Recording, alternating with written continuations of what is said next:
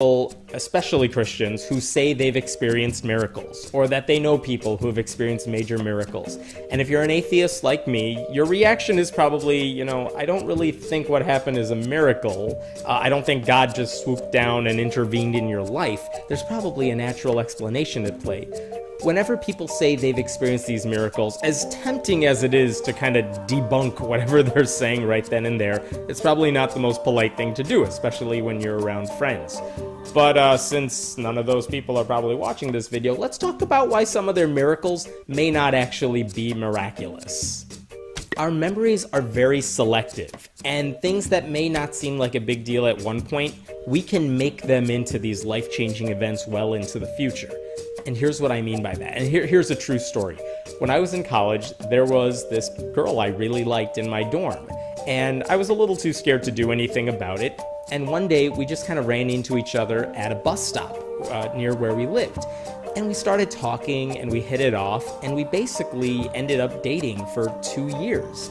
And that was pretty incredible. And what was amazing is that, I had gone to medical school at the time, and I had decided to quit. And she was part of the reason that I decided to step away from med school so I could spend some more time with her. And it was during that time away from medical school that I started blogging and writing about atheism, and I had a chance to write a book about my beliefs. All these amazing things happened, and I could probably trace back that whole chain of events to meeting this girl outside the bus stop. If I were a religious person, I could so easily say God guided us to come together at that point. I could so easily say that was a miracle.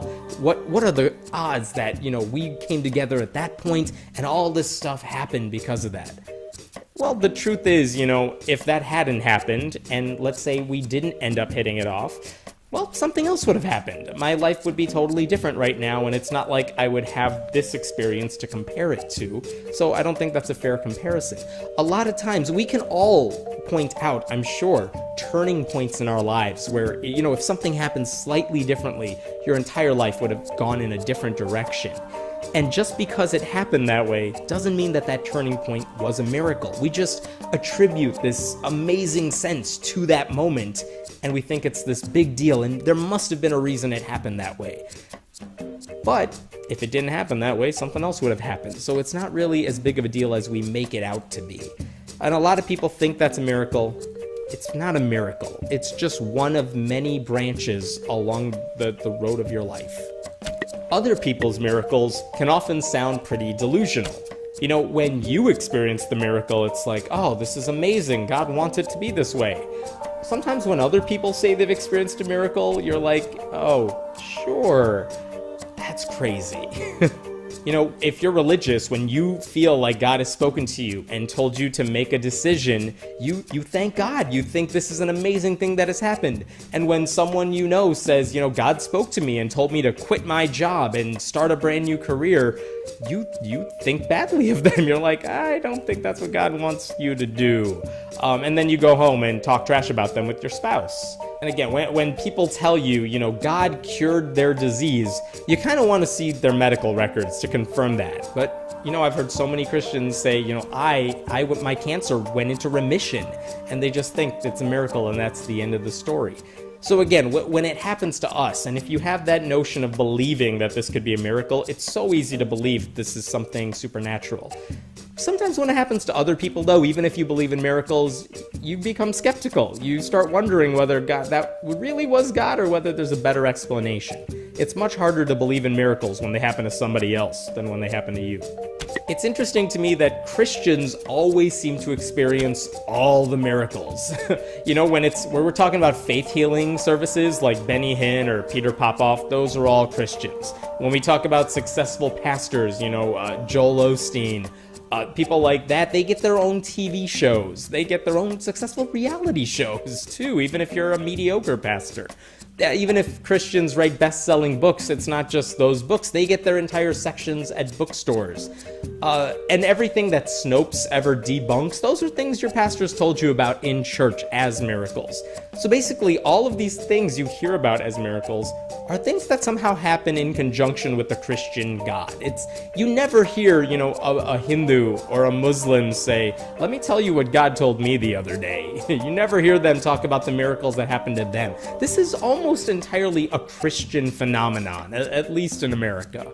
And by the way, all of those other religious groups, they believe in God, they believe in divine power, but they don't market miracles like Christians do.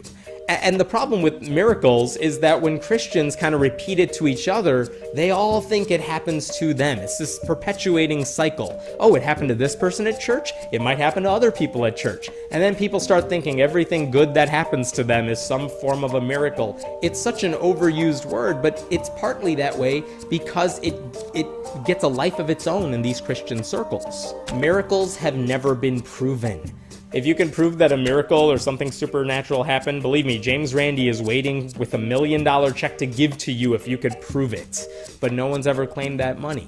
Even the Catholic Church's supposed miracles to turn, former popes into saints, those aren't proven miracles. Those are medical issues that maybe we can't explain yet, but the natural explanations are probably waiting right there to be figured out.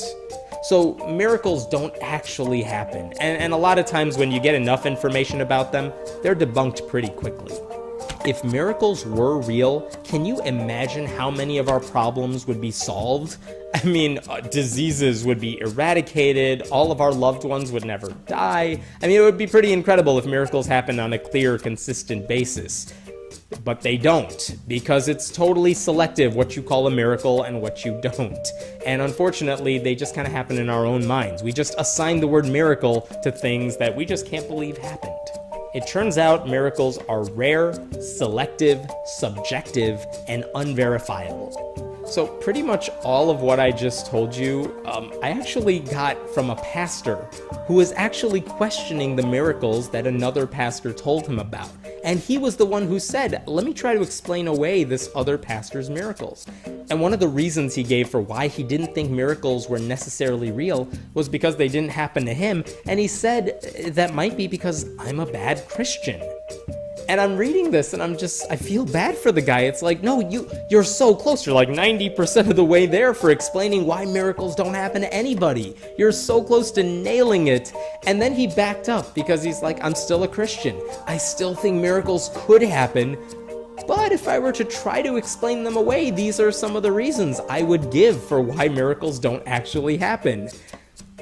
See, so close. I just wish he would take that final step and just admit, nope, it's a man-made idea. I wish I could just say to this pastor, no, you're not experiencing miracles because no one experiences miracles. They're a man-made idea. Just kind of get over it. I know that's not an easy thing to say, but all these things that happen to these other Christians that they're not really miracles. They're just a way of making sense of them in your head because you just can't believe something that amazing would happen to you. Well, guess what? Amazing things happen to everybody, and really horrible things happen to everybody. And it doesn't mean God likes you or doesn't like you or wants to bestow a miracle upon you. So maybe eventually this pastor will just take that final step, that last step, that toughest step, and just admit miracles aren't real. But for now, he has all the reasons in his head for understanding why those miracles aren't really happening. Yeah, he's so close to getting there, but it's really hard to give up that belief when deep down in your heart, you still believe in magic. My name is Hemant Mehta, and I write at friendlyatheist.com. Please leave your comments below, and we will check them out.